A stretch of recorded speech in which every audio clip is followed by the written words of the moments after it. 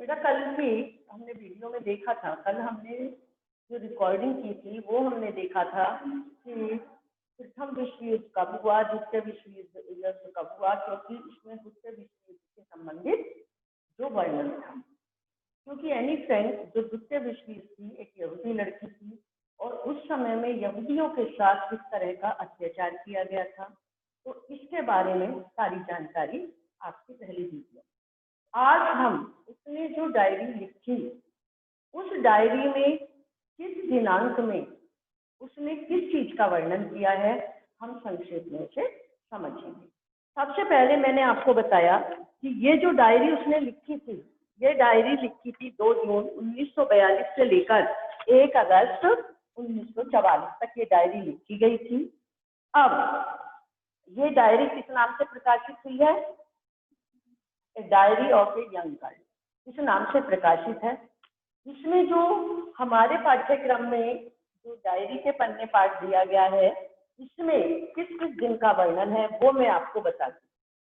सबसे पहले 8 जुलाई 1942, 8 जुलाई 1942 इसमें बताया गया है कि किस तरह से उन्हें 16 जुलाई को अज्ञातवास में जाना था, पहले से तय था, और जो उनके पिता के ऑफिस के सहयोगी थे वो सब उनके सामान को वहां ले जाने में गुप्त एनेक्सी में, जहां उनके पिता का ऑफिस था, जहां उन्हें रहना था, वहां सामान ले जाने में उनकी सहायता धीरे धीरे कर रहे थे, सामान ले जाया जा रहा था। लेकिन अचानक बुलावा आने पर, वो कहां से आने पर, बुलावा कहां से आया था? शिविर से।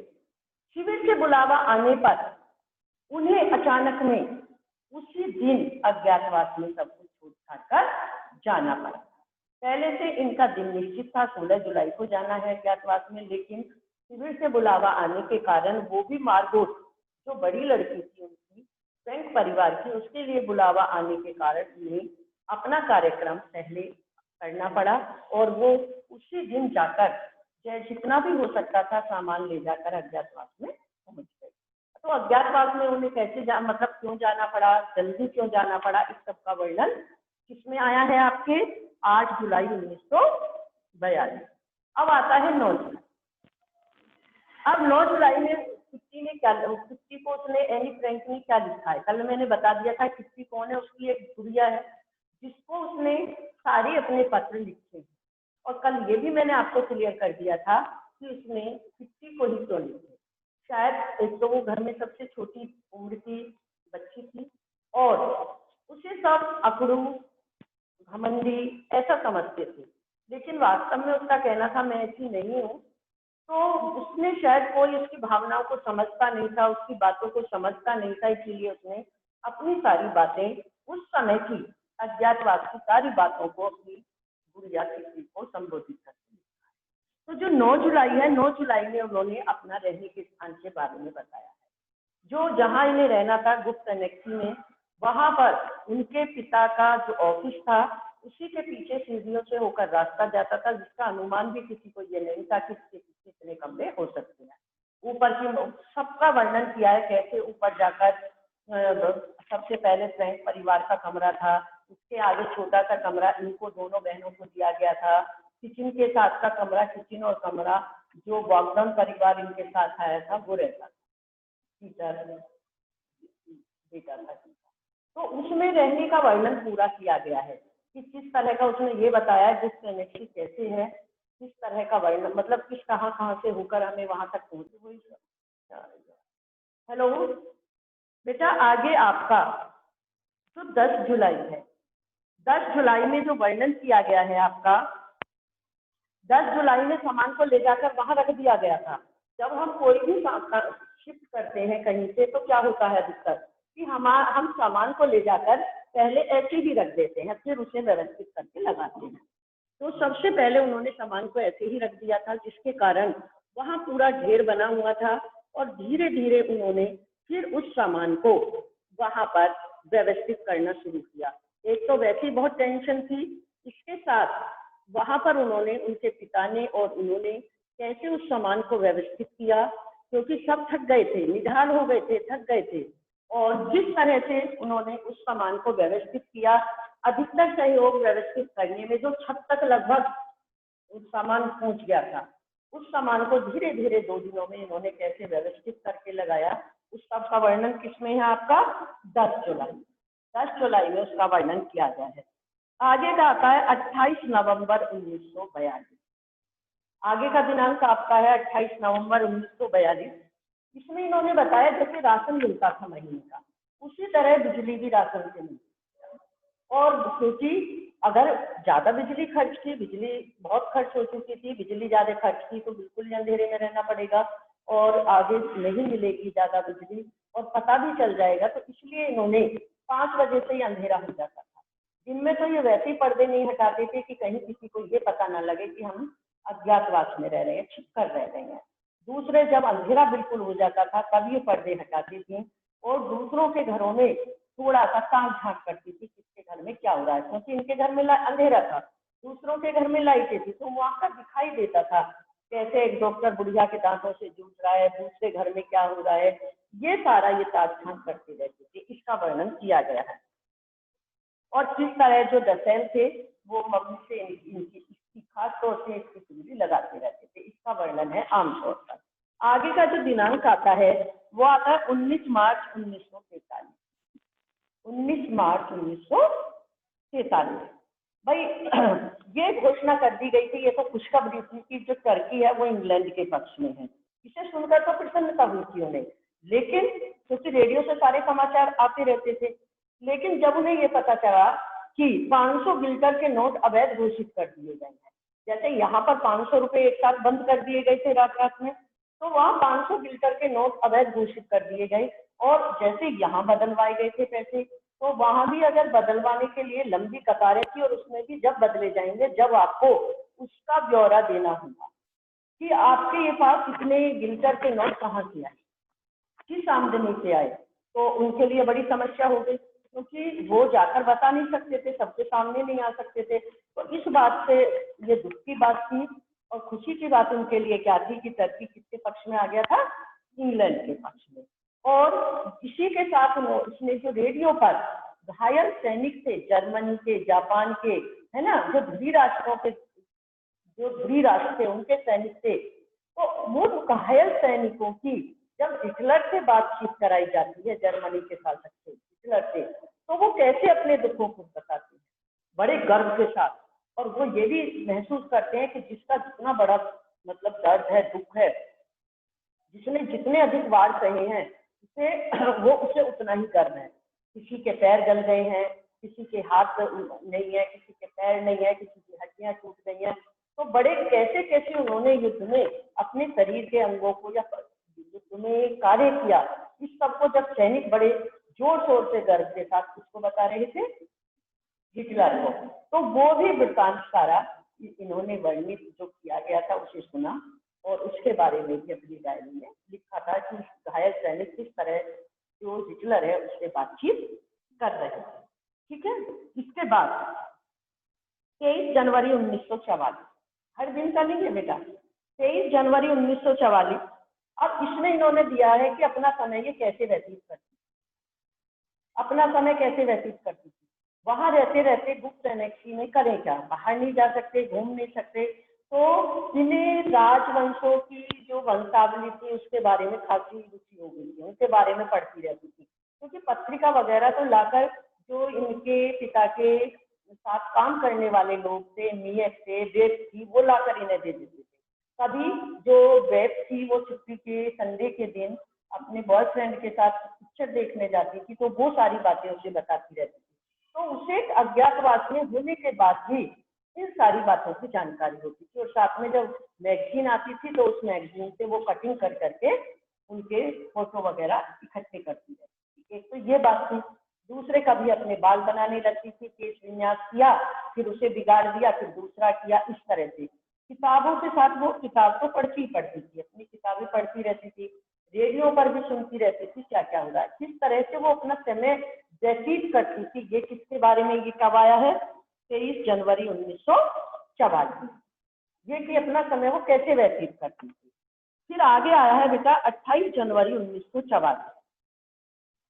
28 जनवरी 1944। ठीक है। अब एक दूसरे के साथ रहते थे ये 8 लोग, लगभग 1-1.5 साल हो गई थी तब तक। तो जो किस्से कहानियां जो खाने के टाइम या बैठकर जो किस्से कहानियां एक दूसरे को सुनाते थे, तो शुरू शुरू में तो सब बड़े ध्यान से सुनते हैं, लेकिन वो इतनी बार सुनाए जा चुके थे, क्या जोक है या किस्से हैं या कहानियां इतनी बार सुनाए जा चुके थे एक दूसरे को कि सबको वो मुजवानी याद हो गए थे, मौखिक रूप से सबको याद हो गए थे। अब ये क्या आगे कहने वाला है, कौन सा किस्सा सुनाने वाला है, सबको याद थे, याद हो गए।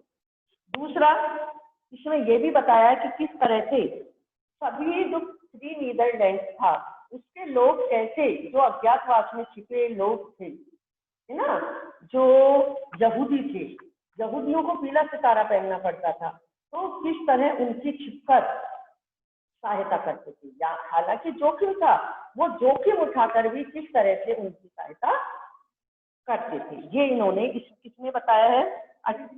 हाँ, 28 जनवरी 1944। जैसे नकली पहचान पत्र बनवाना, उनका राशन कार्ड बनवाना, अगर राशन कार्ड नहीं बनेगा तो उन्हें कहाँ से राशन मिलेगा, खाने का सामान मिलेगा, नकली पहचान पत्र बनवाकर ये सारे काम वो करते थे जोखिम उठाकर। तो इसमें 28 जनवरी में उसका वर्णन है। फिर आ जाइए 29 मार्च 1944।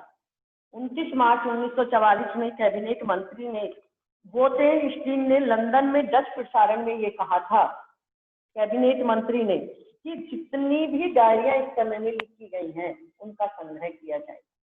और जब वो ये सूचना सुनती है तो उसे बड़ी खुशी होती है कि जो किसी ने लिखा है वो भी लिखती थी, जब हम इसे युद्ध के बाद पढ़ेंगे तो कैसा लगेगा।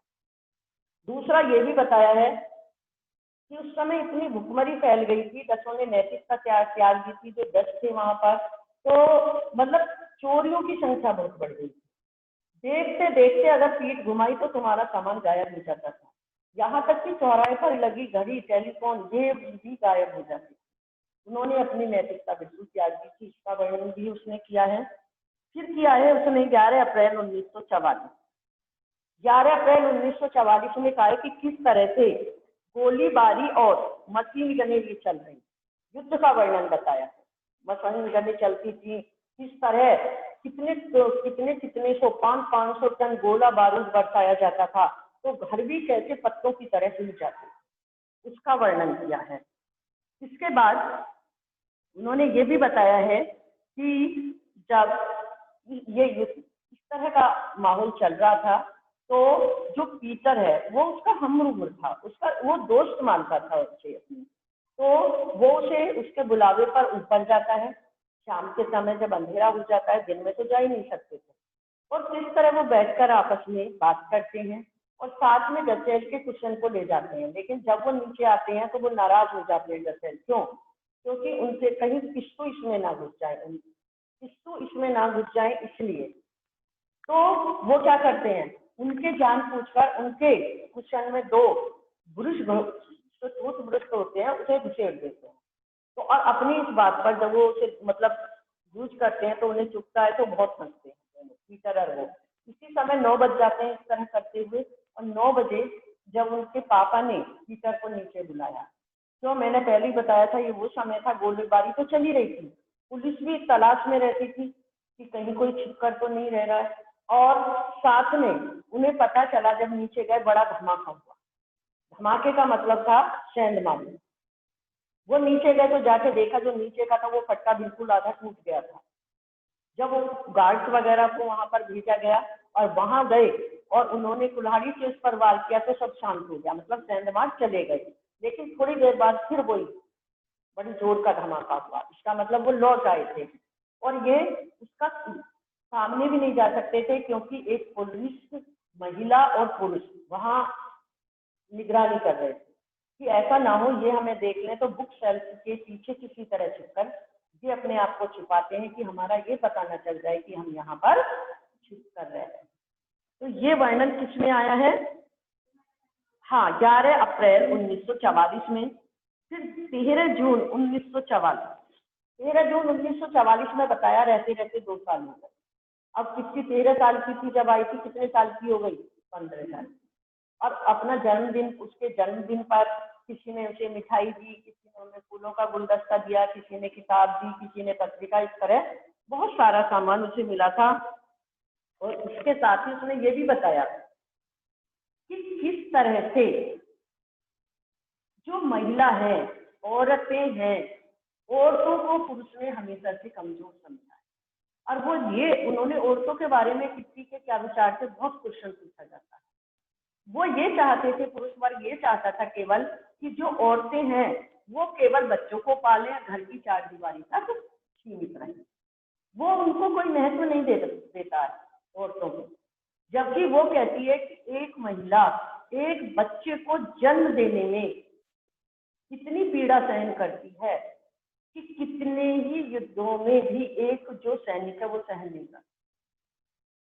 जो एक योद्धा युद्ध में, कई युद्धों में उस पीड़ा को सहन करता है, वो एक माँ अपने बच्चे को जन्म देते में सहन करती है। तो कितना बड़ा माँ के कारण ही ये सृष्टि चलती है। वो बच्चे को जन्म देती है, अपनी जान को दांव पर लगाकर जन्म देती है, फिर भी औरतों का कोई सम्मान नहीं होता। उन्हें केवल ये माना जाता है कि वो घर की सीमा तक रहें, बच्चों को पालें, घर का काम करें। तो ये विचार उसने कहा था औरतों को सम्मान मिलना चाहिए, औरतों को सम्मान मिलना चाहिए। इसके बारे में भी उसके बिल्कुल अपने अलग विचार।